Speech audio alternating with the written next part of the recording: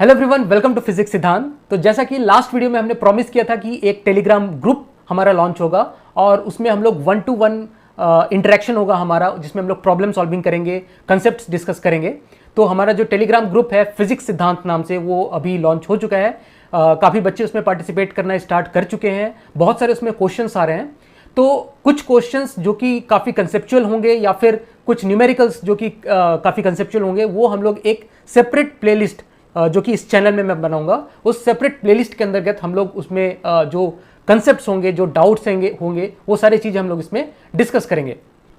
तो इसी सीरीज में जो पहला क्वेश्चन आया है वो है बाय केपी दीक्षित। एक बच्चा है जिसने ग्रुप में पोस्ट किया question, and the question is related to work energy theorem. हालांकि उससे वो क्वेश्चन सॉल्व हो चुका है, बट उसको उसमें टोटल 3 मेथड्स दिया हुआ है। 3 अलग अलग तरीकों से वो क्वेश्चन को किया गया है और उसको जो थर्ड मेथड है उसमें डाउट है। तो उसके डाउट को सॉल्व करने के लिए सबसे पहले हम लोग वर्क एनर्जी थ्योरम के बेसिक कॉन्सेप्ट को डिस्कस करेंगे। इसके पीछे की कुछ ऐसी डिटेल्स जो कि शायद किसी टीचर ने डिस्कस की होगी, तो ऐसी चीज़ों के बारे में हम लोग देखेंगे। वर्क एनर्जी थ्योरम को हम लोग फील लेंगे कि आखिर ये कहाँ से आया, कैसे आया और इसको हम लोग कैसे यूज़ कर सकते हैं। तो अगर इस वीडियो को आप लोग देखेंगे तो आप लोगों का जो वर्क एनर्जी थ्योरम से रिलेटेड कोई भी अगर कंसेप्चुअल डाउट है तो वो शायद इस वीडियो के थ्रू दूर हो जाएगा। तो ये जो concept of work energy theorem को अगर हम लोगों को समझना है तो हमें कंजर्वेटिव फोर्स का ज्ञान होना बहुत ज़्यादा जरूरी होता है। इसके ज्ञान के बिना या तो हम लोग वर्क एनर्जी थ्योरम को गलत तरीके से समझ लेते हैं या फिर हम लोग इसको आधा अधूरा समझते हैं। ठीक है, तो सबसे पहले हम लोग देखते हैं कि कंजर्वेटिव फोर्स क्या होता है। तो कंजर्वेटिव फोर्स ऐसे फोर्स होते हैं जिनका work done is independent of path होता है। तो ये हम लोगों को समझना जरूरी है कि work done by conservative force is independent of path, independent of path. ठीक है, अब ये क्या होता है? सपोज मैं एक पार्टिकल को डिस्प्लेस करता हूं from point A to point B under the influence of some conservative force F, suppose. ठीक है, तो अगर मैं पार्टिकल को डिस्प्लेस करता हूं ए टू बी इस पाथ से, तो भी वही वर्क डन होगा जो कि मैं पार्टिकल को अगर इस पाथ के थ्रू अगर डिस्प्लेस करता हूं, या फिर मैं पार्टिकल को इस पाथ के थ्रू अगर डिस्प्लेस करता हूं, मैं किसी भी पाथ के थ्रू लेके जाऊं, या तो मैं इसको इस डायरेक्शन से भी लेके जाऊं, किसी भी तरह से मैं पार्टिकल को डिस्प्लेस करूं under the influence of that conservative force, तो मेरा work done will be same. ठीक है, work done from A to B will be same अगर कंजर्वेटिव फोर्स है। यहीं पे अगर हम लोग किसी नॉन कंजर्वेटिव फोर्स की बात करें, जैसे कि फ्रिक्शन, अगर मैं फ्रिक्शन की बात करूं तो friction is non conservative, but अगर वही मैं ग्रेविटी फोर्स की बात करूं, फोर्स ड्यू टू ग्रेविटी, तो वो एक कंजर्वेटिव फोर्स आएगा। ठीक है, तो उसमें हम लोगों को जो वर्क डन होगा that will be independent of path. For example, अगर मैं बात करूं एक बॉल को यहां से यहां तक मैं लेके आया, h हाइट तक, ठीक है, तो work done by gravity will be what? mgh। अगर मैं इसी बॉल को एक अलग तरीके से लेके आया, अगर मैं बॉल को एक इस तरह से कुछ इंक्लाइंड प्लेन में लेके आता हूं, ये बॉल को यहां से लेके आता हूं यहां तक, ठीक है, अभी भी अगर हाइट ये h होगा, ठीक है, तो वर्क डन बाय ग्रेविटी जो इस बॉल को यहां से यहां तक लेने के लिए होगा, that will B mgh only. ठीक है, उसको मैं इस पाथ से लेके आऊं या फिर मैं इस पाथ से लेके आऊं, तो work done by gravity will be independent of path. तो ग्रेविटी जो फोर्स हो गया दैट इज कंजर्वेटिव फोर्स।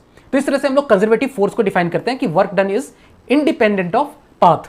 ठीक है, अच्छा, एक चीज और होता है, अगर work done independent of path है तो मैं बोल सकता हूं कि अगर सपोज एक फोर्स है, सपोज एक फोर्स F है, अगर इसका work done is independent of path है और सपोज ये मैं एक डायरेक्शन में लेके चल रहा हूं, सपोज ये x डायरेक्शन में है, ठीक है, क्योंकि 1D में हम लोग चलो बात करते हैं, इसमें विजुअलाइजेशन थोड़ा इजी रहेगा। अगर ये x है और इधर ये फोर्स इस डायरेक्शन में इसकी तरफ इस तरह से लग रहा है, तो इंटीग्रल f डॉट dx, ठीक है, ये वर्क डन है, f dot dx is work done, और from point a to point b, ठीक है, ये मैं बोल रहा हूं that is independent of path.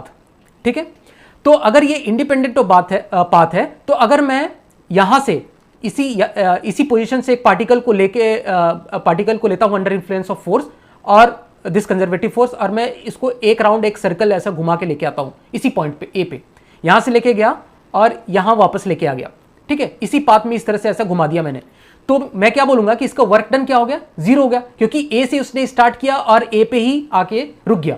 तो ये अगर किसी फोर्स ने इस तरह से डिस्प्लेसमेंट कराया किसी पार्टिकल का, ए से स्टार्ट करके ए पे आकर रुक गया, तो वर्क डन क्या हो जाएगा? 0। तो मैं बोल सकता हूं कि cyclic integral of A to B F dot D X, मतलब A to B cyclic integral A to A ही हो जाएगा। मतलब साइक्लिक इंटीग्रल अगर बोले तो ए से स्टार्ट किया उसने, ए पे ही लेके खत्म किया, और इसमें एफ डॉट डी एक्स वो क्या हो जाएगा? 0। तो इस तरह के जो फोर्सेस होते हैं, इस तरह के जो फोर्स होंगे जिसका साइक्लिक इंटीग्रल 0 होगा, दैट वो इस तरह के जो फोर्स होंगे दैट इज कंजर्वेटिव फोर्स। तो इसको मैं थोड़ा सा और एडवांस लेवल में लेके जाता हूं कि सपोज कोई भी मुझे फोर्स दिया हुआ है, ठीक है, अब ये फोर्स दिया हुआ है, ये मुझे बताना है कि ये कंजर्वेटिव फोर्स है या नॉन कंजर्वेटिव फोर्स है, ये मैं कैसे बता पाऊंगा?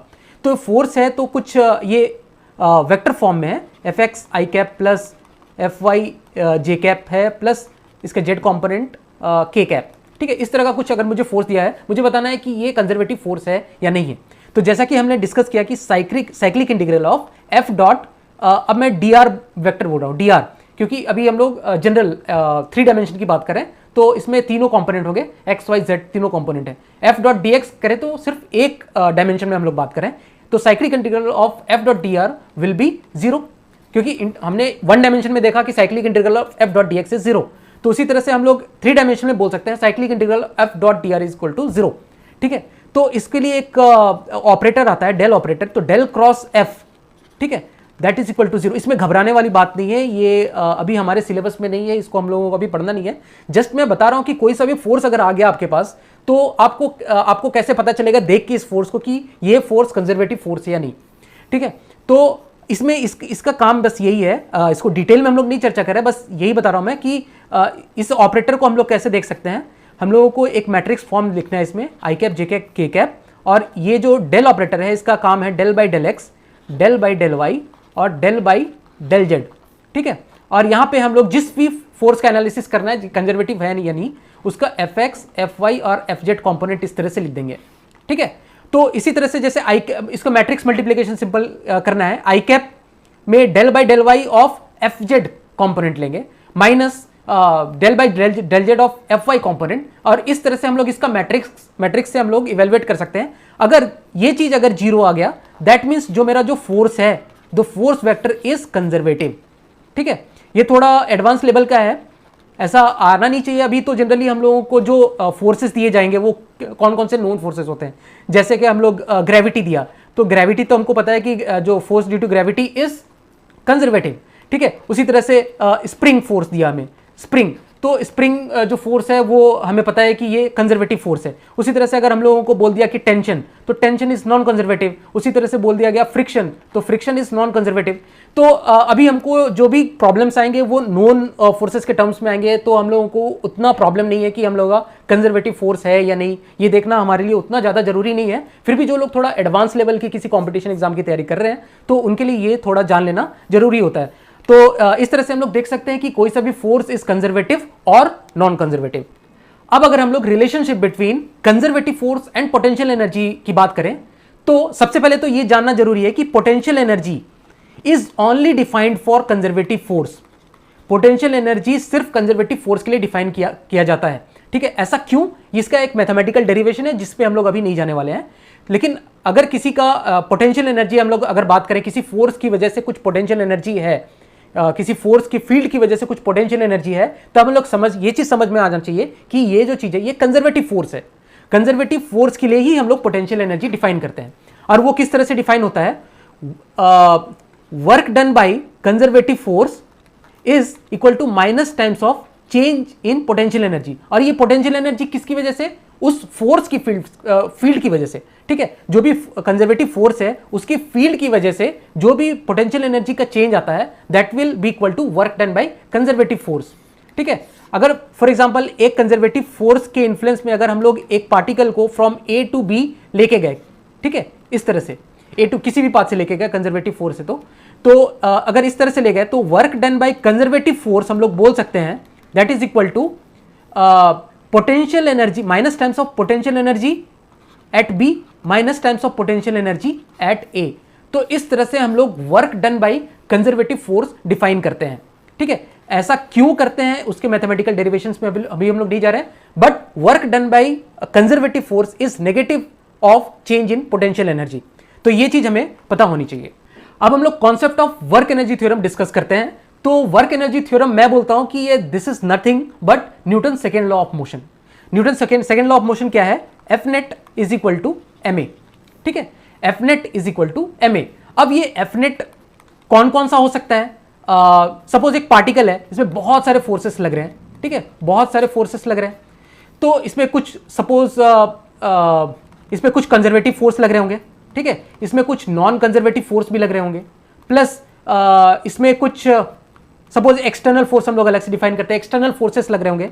और सपोज इस पार्टिकल पे कुछ सूडो फोर्स भी लग रहा होगा, एफ सूडो लिख रहा हूं मैं। किसी दूसरे फ्रेम से इस पार्टिकल को अगर देख रहा हूं जो नॉन इनर्शियल फ्रेम है, नॉन इनर्शियल फ्रेम से अगर मैं इस पार्टिकल पी को देख रहा हूं तो इस पर कुछ अगर सूडो फोर्स भी लग रहा होगा, तो उसकी वजह से भी हम लोग टोटल फोर्सेस को लिख रहे हैं, that is equal to M into A. ठीक है, क्योंकि F net equal to M A क्या होता है? This is not valid for non inertial frame.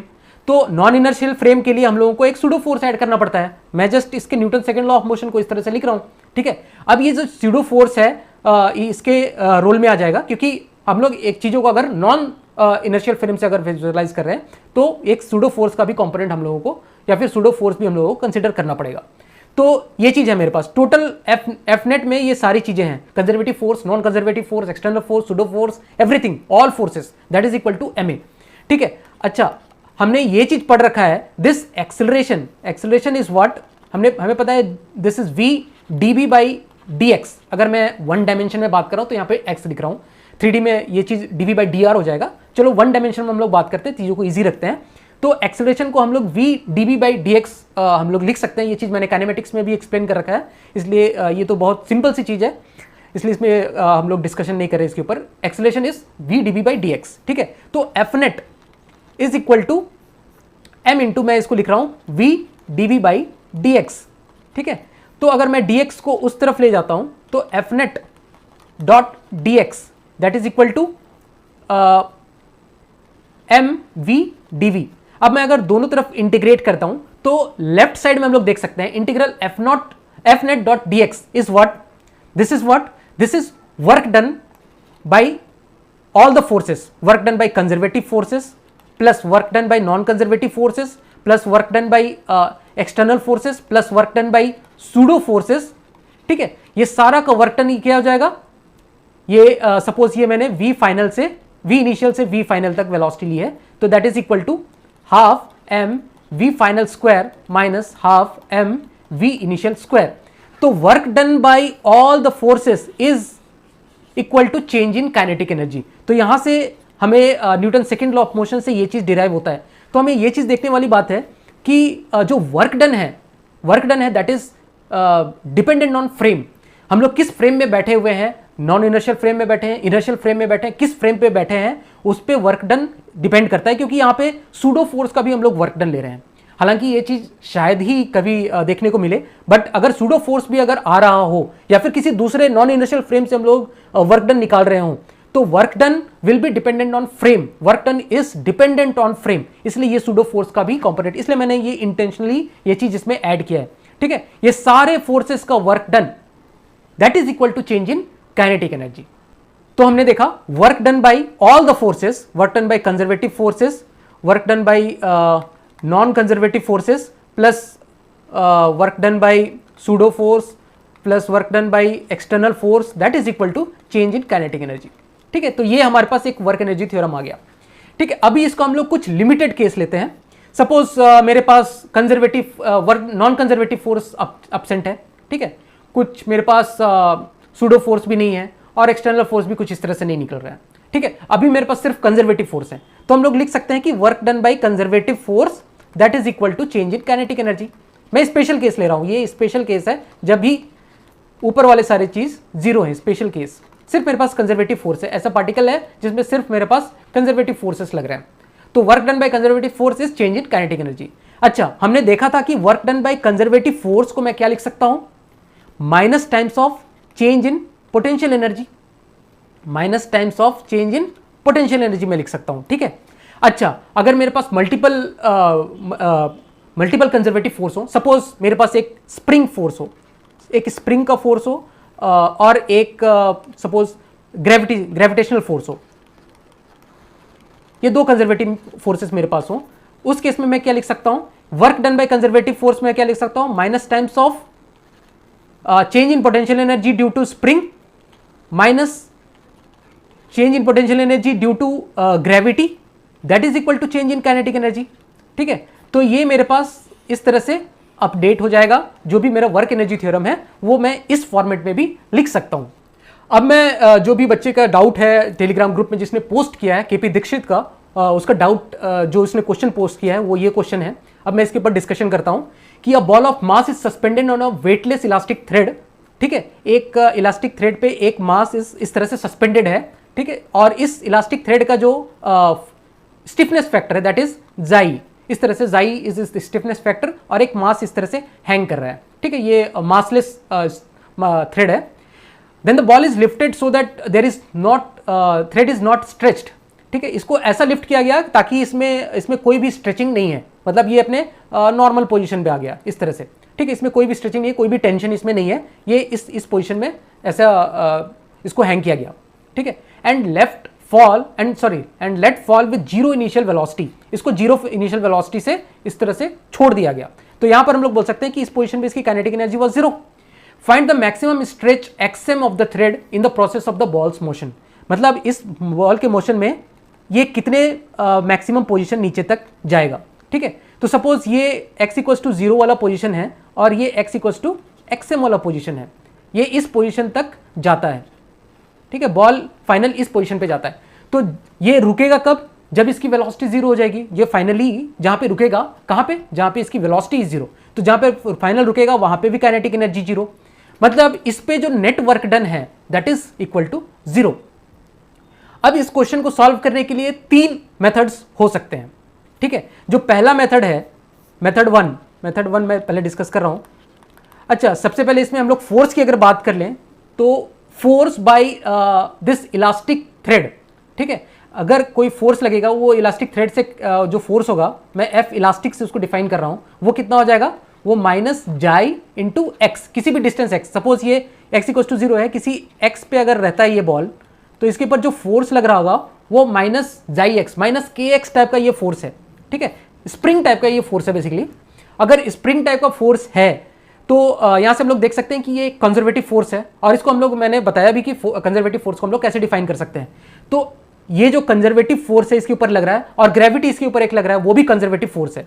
ठीक है, अच्छा, ये जो इलास्टिक थ्रेड है और स्प्रिंग में क्या डिफरेंस है, इसमें एक ही डिफरेंस है क्योंकि फोर्स दोनों का सेम लग रहा है। इलास्टिक थ्रेड को हम लोग कंप्रेस नहीं कर सकते हैं, और जो स्प्रिंग है, स्प्रिंग को हम लोग कंप्रेस कर सकते हैं, यही दोनों में डिफरेंस है। बाकी इसका जो पोटेंशियल एनर्जी डिफाइन होगा वो भी माइनस के एक्स के मिलता जुलता इसका डिफाइन हो रहा है जो फोर्स है, और इसका पोटेंशियल एनर्जी को हम लोग डिफाइन करेंगे वो हाफ के एक्स स्क्वायर या हाफ जाई एक्स स्क्वायर के टर्म्स में हम लोग इसके पोटेंशियल एनर्जी को भी डिफाइन कर सकते हैं। ठीक है, तो पहले मेथड में हम लोग क्या लिखेंगे, वर्क डन बाई, मैं दोनों फोर्स को एक्सटर्नल फोर्स ले लेता हूं। ठीक है, तो हम लोग सबसे पहले मेथड 1 डिफाइन करते हैं। मेथड 1, तो सबसे पहले केस में हम लोग दोनों जो फोर्स हैं, इलास्टिक फोर्स और जो भी ग्रेविटेशनल फोर्स है, उसको हम लोग एक्सटर्नल फोर्स की तरह एज्यूम करते हैं। तो work done by elastic force plus work done by जो ग्रेविटेशनल फोर्स है that is equal to change in kinetic energy, that was 0 हमने देखा था। ठीक है, इलास्टिक फोर्स का वर्क डन क्या हो जाएगा, वर्क डन हो जाएगा इंटीग्रल ऑफ, इसमें जो फोर्स का integral F dot D x हम लोग लेंगे, तो फोर्स क्या हो जाएगा, इसमें फोर्स हो जाएगा माइनस जाई एक्स डी एक्स। ठीक है, माइनस जाई, और ये कहां से एक्स कहां से कहां तक वेरी कर रहा है, फ्रॉम 0 टू एक्सएम जा रहा है। ठीक है, और ग्रेविटी का वर्क डन क्या हो रहा है, ग्रेविटी का वर्क डन हो जाएगा एम जी इंटू एक्सएम, वो नीचे आया, तो इस तरह से हम लोग लिख सकते हैं। तो इससे मेरे पास इक्वेशन आ जाएगा माइनस हाफ जाई X square, X M square basically आ जाएगा ये, माइनस हाफ जाई plus M G X M that is equal to 0। तो यहां से हम लोग एक्सएम के लिए इसको सॉल्व कर सकते हैं। अब next method that is method 2 है, इसका क्या कर सकते हैं हम लोग ग्रेविटी का जो वर्क डन है, वर्क डन बाय ग्रेविटी, ठीक है, उसको हम लोग लिख सकते हैं इसके पोटेंशियल एनर्जी के टर्म्स में। ठीक है। पोटेंशियल एनर्जी के टर्म्स में हम लोग क्या लिख सकते हैं, minus times of change in potential energy due to gravity, ठीक है। ग्रेविटी को हम लोग minus times of change in potential energy due to gravity लिख सकते हैं, ठीक है। तो work done by gravity plus work done by elastic force that is equal to zero. अगर ऐसा है तो वर्क डन बाय ग्रेविटी को हम minus times of change in potential energy due to gravity लिख सकते हैं, plus work done by elastic force क्या हो जाएगा इस केस में, work done by elastic force वही वाला लिखेंगे हम लोग इसमें, माइनस टाइम्स ऑफ ये हो जाएगा integral of 0 to xm minus times of xi x dx equals to 0, ठीक है। और चेंज इन पोटेंशियल एनर्जी क्या हो जाएगा, ये फाइनल पोटेंशियल एनर्जी क्या था इसका, फाइनल पोटेंशियल एनर्जी वाज 0, ठीक है। Initial potential energy was mgxm, ठीक है। और ये हो जाएगा, फिर से वही इक्वेशन हमारे पास आ जाएगी, minus half xi xm square that is equal to 0। तो यहां से भी हमें सेम इक्वेशन फिर से हमारे पास सेकेंड मेथड के थ्रू भी आ गई, ठीक है। कुछ नहीं किया है, यहां पे हमने वर्क डन बाय जो कंजर्वेटिव फोर्स है उसको हमने change in negative of change in potential energy के टर्म्स में लिख के इसके बाकी इसको work done by external forces को हम लोग एज इट इज इसको हम लोग ने रहने दिया, इसको work done by external forces f dot dx। अब अगर हम लोग मेथड 3 की बात करें तो मेथड 3 में मैं क्या कर रहा हूं कि वर्क डन बाय सेम वही चीज करना, work done by gravitational force plus work done by elastic force that is equal to 0। ये तो हमें पता है क्योंकि kinetic energy was 0, final and initial kinetic energy. अब वर्क डन बाय ग्रेविटी को मैं change in potential energy due to gravity लिख रहा हूं, ठीक है। और work done by elastic force को मैं चेंज नेगेटिव होगा, negative of change in potential energy due to elastic force लिख रहा हूं दैट इज इक्वल टू 0, ठीक है। अभी मैंने दोनों को कन्वर्ट कर दिया पोटेंशियल एनर्जी के टर्म्स में, बस यही किया हुआ है। जो भी डाउट है केपी दीक्षित कि इसमें वर्क डन बाय ग्रेविटी को इसमें चेंज इन पोटेंशियल एनर्जी के टर्म्स में लिखा negative of change in potential energy, और work done by elastic force जो भी इलास्टिक थ्रेड है उसकी वजह से वो उसको भी चेंज इन पोटेंशियल एनर्जी के टर्म्स में लिखा हुआ है। और आपका जो डाउट है कि इसको एक्सिस या टर्म्स में, ऐसा कुछ नहीं है। ये जो डिफाइन किया वर्टिकल जो एक्सिस है उसको एक्स एक्सिस डिफाइन कर रखा है, और यहाँ पे x इक्वल्स टू 0 उसने क्वेश्चन में ले रखा है, ठीक है। और यहाँ से थ्रेड का नॉर्मल पोजीशन कुछ ऐसा है, यहाँ से थ्रेड का ये इनिशियल पोजीशन था, फाइनल ये थ्रेड सपोज यहाँ पे आके रुका है, तो that this is x equals to xm, ठीक है। ये x है, ये this is x axis, downward को उसने पॉजिटिव x एक्सिस लिया हुआ है, ये कुछ नहीं है, दिस इज x एक्सिस उसने कंसिडर किया है, शायद ये डाउट रहा होगा, ठीक है। तो this is x equals to 0 and this is x equals to xm, और ये x एक्सिस है। तो जो थ्रेड है, जो बॉल है, वो उसका इनिशियल पोजीशन ये था और बॉल का फाइनल पोजीशन ये था, तो वो उसको इस तरह से रिप्रेजेंट किया है उसने पोटेंशियल का, फिर उसने पोटेंशियल एनर्जी का ग्राफ बनाया, ठीक है। तो यहाँ से भी अगर हम लोग देखें तो यहाँ से भी सेम रिजल्ट आएगा, ठीक है। वर्क डन बाई ये क्या हो जाएगा, जो फाइनली इसको मैंने 0 पोटेंशियल एज्यूम किया है, x इक्वल्स टू xm को मैंने 0 पोटेंशियल एनर्जी वाला लाइन कंसिडर किया है। तो यहाँ पे जो पोटेंशियल एनर्जी हो जाएगी दैट, तो यहाँ पे 0 हो गया, माइनस यहाँ पे जो पोटेंशियल एनर्जी होगी दैट इज mgxm। रेफरेंस यहाँ पे डिफाइन कर रहा है, x इक्वल्स टू xm में मैंने रेफरेंस डिफाइन कर रखा है जो ग्रेविटेशनल पोटेंशियल एनर्जी उसका, और minus times of change in elastic potential energy, ठीक है। जो इलास्टिक पोटेंशियल एनर्जी है वो क्या हो जाएगा, वो सेम स्प्रिंग की तरह हो जाएगा, हाफ के एक्स स्क्वायर, ठीक है। तो final that is equal to half xi xm square, और इनिशियली तो वो यहाँ पे x इक्वल टू 0 था, तो xm ये चीज़ 0 हो जाएगा, दैट इज इक्वल टू 0। तो यहाँ से भी हम लोग देख सकते हैं कि सेम ही रिजल्ट आ जाएगा, that is mgxm equals to half xi xm square. तो यही 3 अलग अलग बातें बोली गई थी। मेथड 1 में work done by gravity plus work done by elastic force is equals to 0। Method 2 में वर्क डन को उसने change in potential energy, gravitational change potential energy के चेंज के टर्म्स में लिख दिया, और मेथड 3 में दोनों को जो वर्क डन बाय ग्रेविटी है plus work done by elastic force है, दोनों को change in gravitational potential energy के टर्म्स में उसने लिख दिया। एनर्जी पोटेंशियल एनर्जी के बेसिकली उसके टर्म्स में जो कंजर्वेटिव फोर्स है उसको उसने डिफाइन कर दिया। तो होप इसमें डाउट आपका क्लियर हो गया होगा। अगर कुछ भी फिर भी डाउट रहता है तो आप कमेंट सेक्शन में डाल सकते हैं, या फिर आप टेलीग्राम जो हमारा ग्रुप है उसमें आप अपना डाउट पोस्ट कर सकते हैं। Thank you.